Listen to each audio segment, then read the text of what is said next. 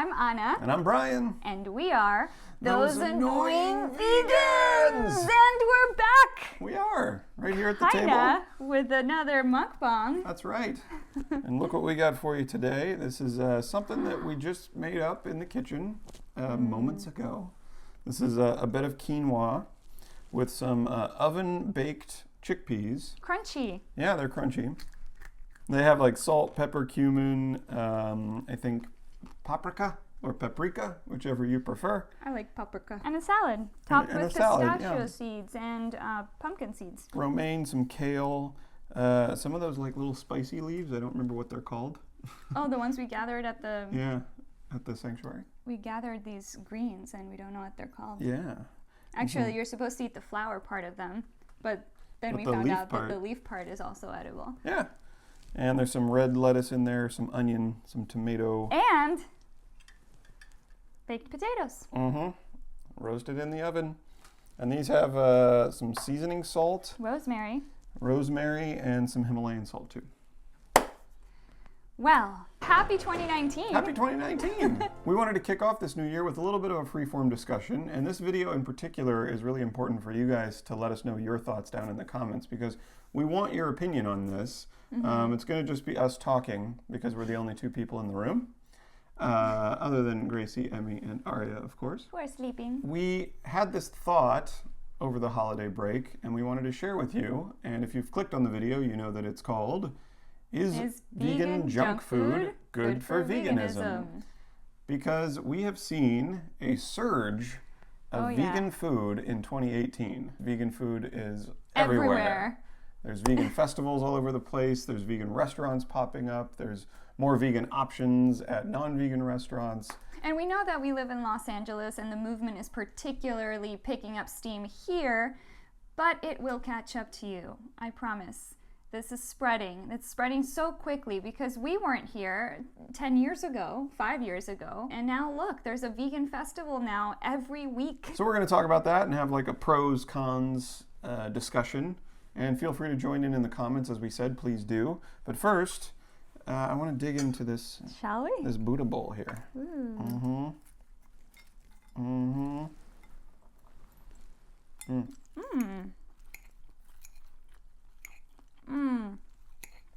I love the garbanzo beans. There's really so much flavor in herbs and spices. That's what they're for. You really don't need the added oil. No, there isn't even dressing on this salad. But the spices and the texture of the garbanzo beans and the quinoa. And you sort of mix it all together. And the nuts and the seeds. All those whole plant foods. So, let's talk. Let's talk Or try to while we eat. while we eat. So with all these new vegan food options and all these new restaurants opening up and all these vegan festivals, we've been so excited because it's great. These foods are replicating the animal flesh-based products, the Beyond Meat burger, the Impossible burger now. A lot of these products popping up at fast food places. Carl's Jr. just started offering the Beyond Meat burger. Del Taco. Del Taco. Out here, Fat Burger has the Impossible Burger. I think Umami Burger does the Impossible Burger as well. I believe White Castle now offers vegan sliders, which is crazy. And there's a McDonald's now in the US testing out a vegan burger as well. Basically, every single meat, dairy, and egg dish that you can think of, there's a veganized version of. Whether you have to make it yourself at home, whether you can buy it at the grocery store, or whether you can just go through and get it at a drive-thru or a restaurant. In that respect, that's a good thing, I would say, because it's plentiful. And what vegan doesn't love a little bit of junk food themselves? We know we do. Yeah. So veganism is on the rise, and that's greatly thanks to the vegan junk food movement. And especially out here in LA, and I'm assuming in other large cities, junk food has kind of become glorified. There are sections of LA where it's known that, hey, food trucks come here and they show up. So a food truck is basically just glorified junk food. It's just burgers, fries, buffalo wings, mac and cheese, tacos. But there's your occasional acai truck. Yeah, sure. And some of them do like smoothies and fruits and agua fresca and stuff like that. But largely, you know, these places serve the junky stuff, and people like that, and people are in fact willing to pay more money for like gourmet junk food because someone made it on a truck for you. Like, it's kind of gourmet now. It's not just regular old In-N-Out burger. It's like this much better burger, and it's true. They often taste better, and if they're worth the extra money to you, then they're worth the extra money to you. But at the end of the day, it is just junk food.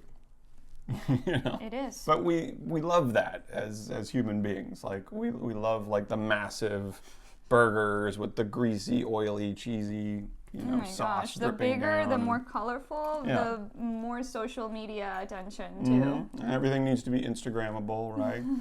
And ice cream is another, you know, like massive sundaes with all the toppings, or huge bowls of ice cream. You know. We are a nation of large everything. Yes.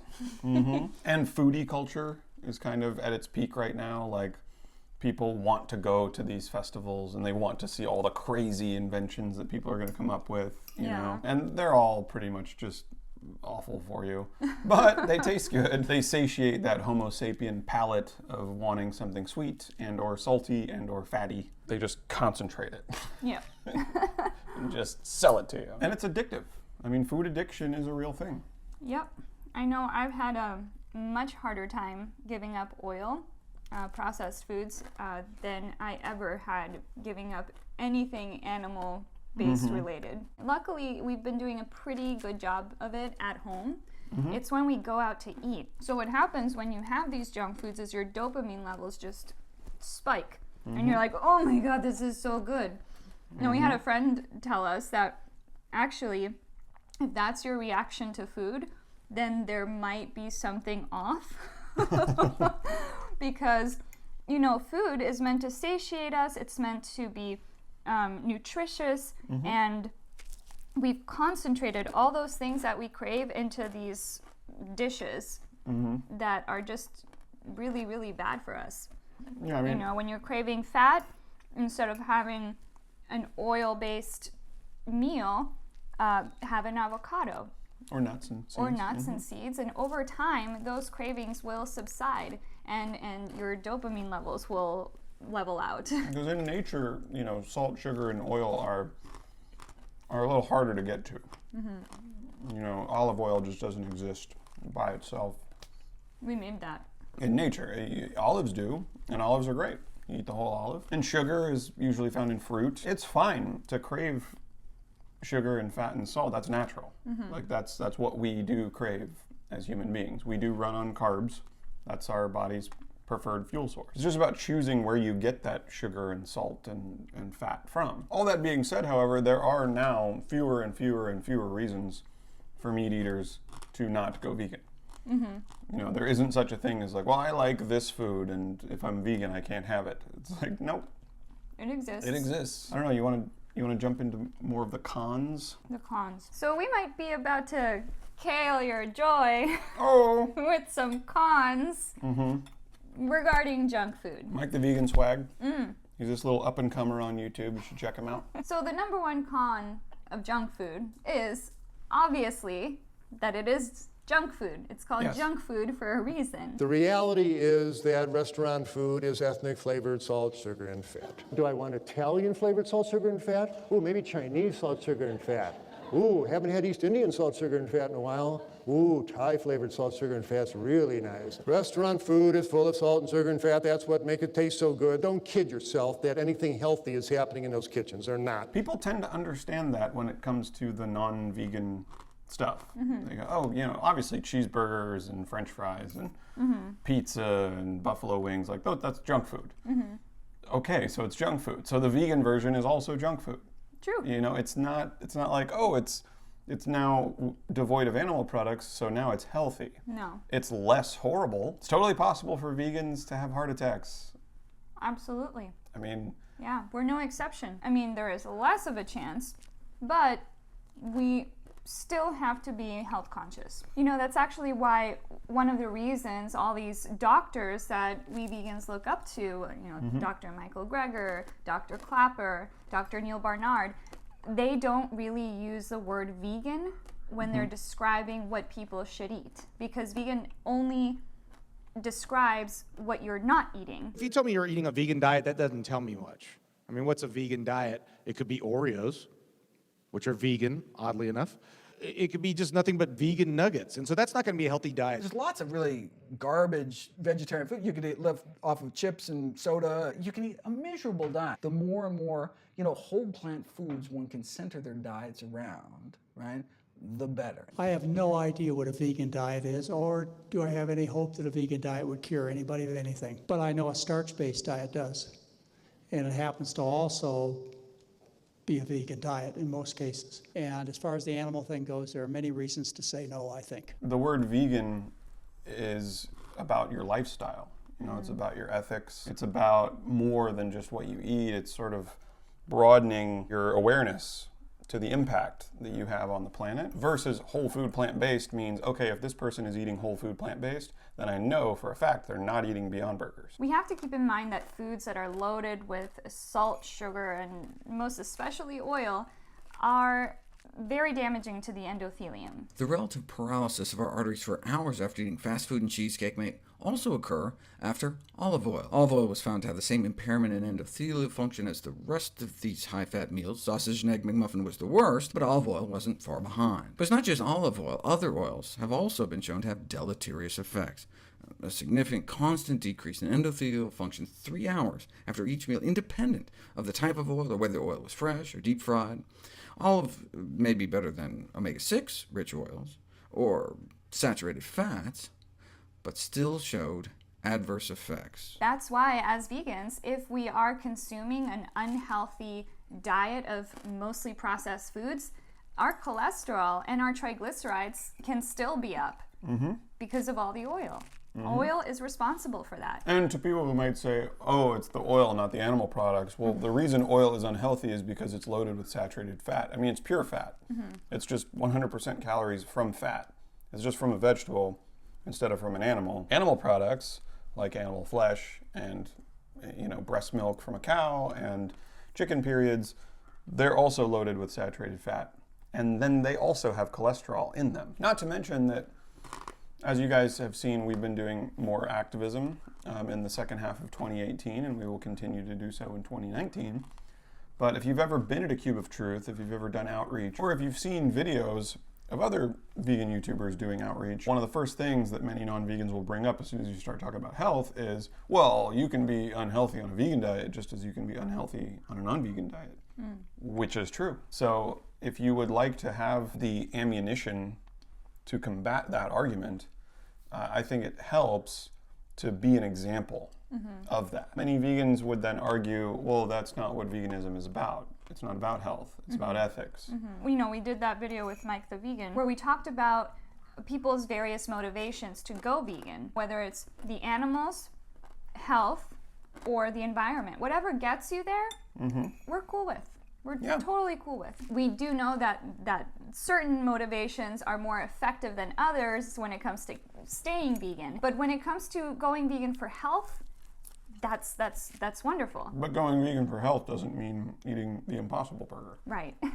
Now, sure, veganism to us is about the animals primarily. However, we do think it's very, very important to set an example when it comes to the health side of veganism, because what we think might start to happen eventually is that, these studies will start to come out, and you'll start to see, oh, vegans are dying of heart disease too, and that might form the misconception, if people don't read into studies, which they often don't, that veganism is bad for you. Then you'll have meat eaters being like, oh, you hear about that study? Yeah, vegans die of heart disease too. Whole foods, plant-based, is the way to go. Fortunately or unfortunately, human beings are kind of visual based, We see someone else and they look good and we're kind of like, oh, what are they doing? I want to look good. Everyone wants to look good. Very rarely do you hear someone who's in great shape say like, oh yeah, I just eat mac and cheese and pizza and Beyond Burgers and, that's the diet. We all inherently know that the whole plant foods are good for us. And the processed junky stuff is bad for us. We all know that. Personally, I think that it makes you a better activist. You talk ethics and then they want to switch over to health, you can then be like, okay, I'm in great health, my blood work is great, my cholesterol is great, you know, my BMI is great. If you have all of those great health qualities about you and you eat a whole food vegan diet, then that just strengthens that side of the argument. In the same way that it strengthens you as an activist if you, for example, bring your own bamboo ware places and say no to plastic straws and say no to one-time plastic use bags. And you know, when you strengthen your environmentally conscious side of yourself, that also strengthens you as a vegan activist. The animals, you've got your health, you've got the environment. And the stronger you can make those three components, the more people are going to be willing to listen to what you have to say. Like when you also volunteer at a homeless shelter. Then people can't be like, oh, well, you should be fighting for humans too. And well, that's a great example. Like, just think about it when we're doing outreach, you know, and someone says, oh, I'm fighting for women's rights, implying that you can't be vegan and also fight for women's rights. So then you would ask, you know, well, what do you do in your time for women's rights? And if the answer is nothing, then you don't really take that person seriously as a women's rights activist. Also, very often, all these vegan processed foods give people the misconception that veganism is an expensive lifestyle, which it is so not. Potatoes, rice, beans, grains, oats, those are all very affordable foods. So what are some of our tips for you if you want to transition to a more whole foods, plant-based diet? There are these amazing contraptions you can have in the kitchen called an Instant Pot or a crock pot. You can make soups in them that last you the whole week. Rice and beans, chili. Then you have air fryers. Oh my gosh, I've had fries from air fryers and you cannot tell the difference. They're amazing. And we also have an air popper for popcorn too. And these aren't really expensive appliances. It's not like buying a whole new stove or buying a whole new fridge. Like, they just sit on your countertop. I even, for Christmas, got my family one of those like ice cream makers that are designed to, you just put frozen bananas and other frozen fruit in there, and it turns it into like this fruit sorbet. Tastes like fruity ice cream, but there's no dairy. There's no coconut oil, just fruit. Now, you don't need these appliances to eat a whole foods plant-based diet. These just make it easier. Another one of our favorite methods is to prep your food for the week ahead of time. Take a couple of hours on Sunday and just prep your meals, at least for your lunches or your dinner, like one meal a day. Because I think what we tend to do when we get really hungry all of a sudden is we just go straight for the box of whatever. You know, we go for what's easier and more accessible, and something that we know is going to satisfy that craving immediately. But when you have food prepped ahead of time, you know, you take away that I gotta make this and it's going to take a while. And for me, one of the fastest, easiest breakfasts on the planet is either a smoothie, super fast. All you need is like fresh fruit or frozen fruit, plus you don't really even need the soy milk or the almond milk. If you want to, you know, put that in there, I would say look for the soy milk and the almond milk that have the fewest ingredients. Because often soy milk will have oil. To give it that creamier, fattier texture and flavor. Because again, we're trying to replicate the breast milk of a pregnant cow, which is also loaded with saturated fat, plus cholesterol. It's amazing how much, it's almost like the dairy version, but for vegans, is how many foods have oil in them. Yes. Oh, there's milk in this? It's like, you play the game, there's oil in this. You're gonna find way more products on the shelf. Crackers, obviously potato chips, vegan cheese, often made with oil, vegan hot dogs, vegan hamburgers, made with oil. Those animal-based products are not and were not ever healthy. Everyone knows fruits and vegetables are healthy, and pizza and hamburgers aren't. Hamburgers can be healthy if you make them that way, though. Yeah, I mean, if you make a black bean patty that's oil-free. The other super fast and easy breakfast is oatmeal. Again, you can measure out like 5 bowls of oatmeal, and you do a little ground flaxseed in each one, a little cinnamon in each one, and then you want to top your oatmeal with, fresh fruit, or you can do the frozen fruit on top. You know, fruit and oats is one of the best breakfasts. It's one of the easiest breakfasts, whether you make oatmeal and put fruit on it, or whether you just put fruit in a blender with some oats in there with it and blend it up. That's going to give you that lasting fullness, high in fiber, lasts you throughout the day. Oatmeal will get you pretty well set up for the day. Like any day I have oatmeal, I'm full for quite a while. And we made a pretty pretty bomb oatmeal. If we do say so ourselves, you can check that out right here. I started doing unsweetened cocoa powder, and then when you do some peanut butter on top of that, make sure you get the peanut butter that's just peanuts. Then you kind of have like a Reese's peanut butter cup oatmeal, which is delicious. And you might be saying, doesn't peanut butter have oil in it? Yes, but if the peanut butter is made with just peanuts, or just peanuts and like less than 1% salt, then the oil that's in the peanut butter came from the peanut, because it's just peanuts that have been ground up, which is what your teeth will do if you just eat peanuts. Controlling where your oil comes from. You know, if you have a bottle of avocado oil, that's different than eating an avocado. So a bottle of peanut oil is different than eating some peanuts. It's amazing how many calories and absolutely zero other nutrition a tablespoon of olive oil has. You know, some people will be like, oh, but olive oil is better than safflower oil, or sunflower seed oil is better than, I don't know, canola oil or grapeseed oil. But they're all oil. They're all bad. They're all Some are concentrated less horrible. forms of saturated fat. No oil.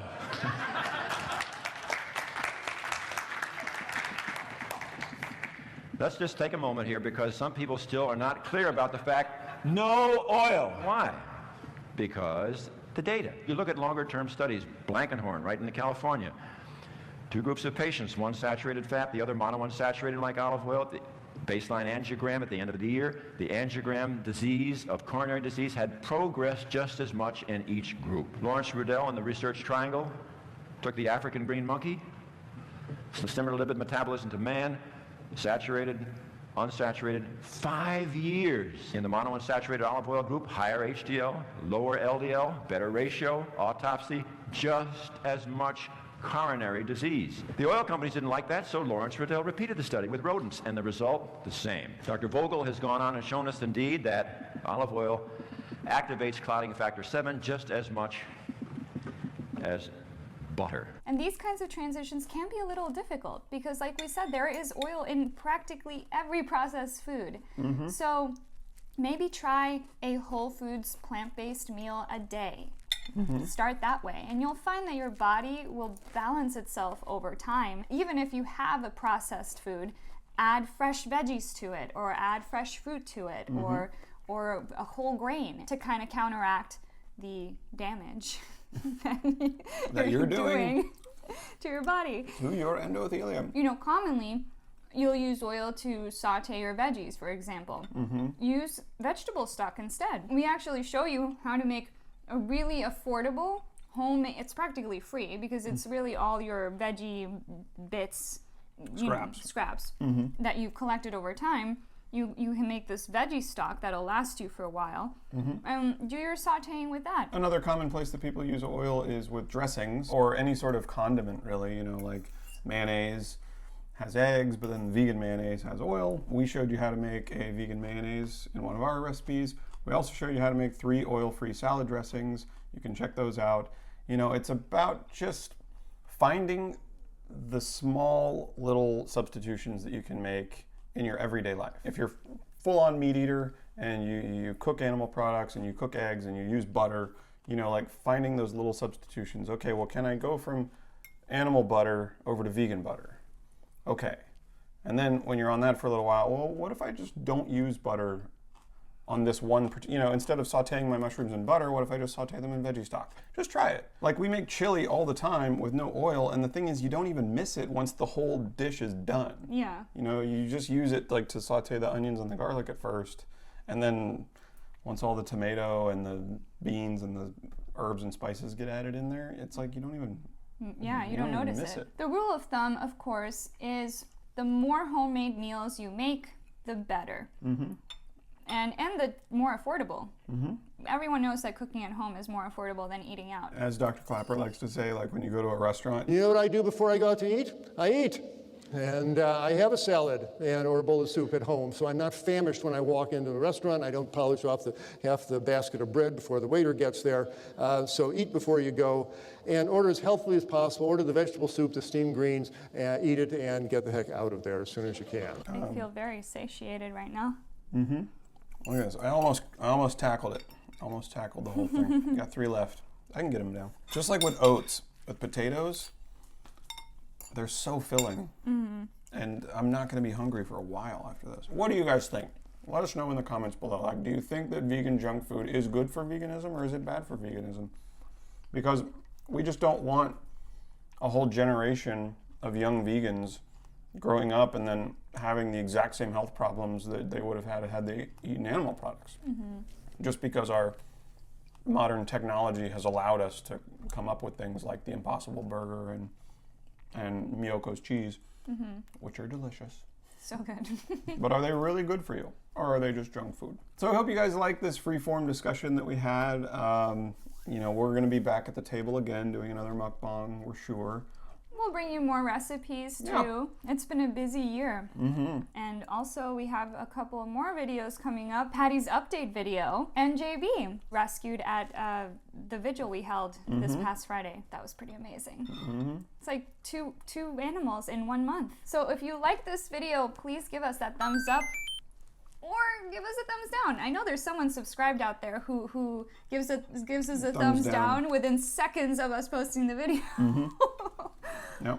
It's really cute. We would like more thumbs down because that means non-vegans are watching our video. And we have some non-vegans who continue to watch our videos and keep commenting, and we love that. It's great. Yeah, we love engaging in conversation, and you know, we are a love-based channel. And we want to be there for you too. You know, any questions you may have, any concerns, any frustrations, please leave them in the comments below. And if you haven't already, subscribe. And make sure you slam that notification bell. That way you will be notified every time we put out a new video. And follow us on Facebook and Instagram. We are very active on social media, Instagram mostly, but everything we post on Instagram posts on Facebook, so follow us on both. And check out our Etsy store for some vegan swag. We have some new ideas, but we gotta get rid of some inventory. And a massive, massive thank you to our Patreon patrons. You guys really help us out. You help us do more outreach. You help us rescue animals. We helped cover JB's surgery. That's where your help goes. And so from the bottom of our hearts, thank you so much for your continued support. Bye. Bye.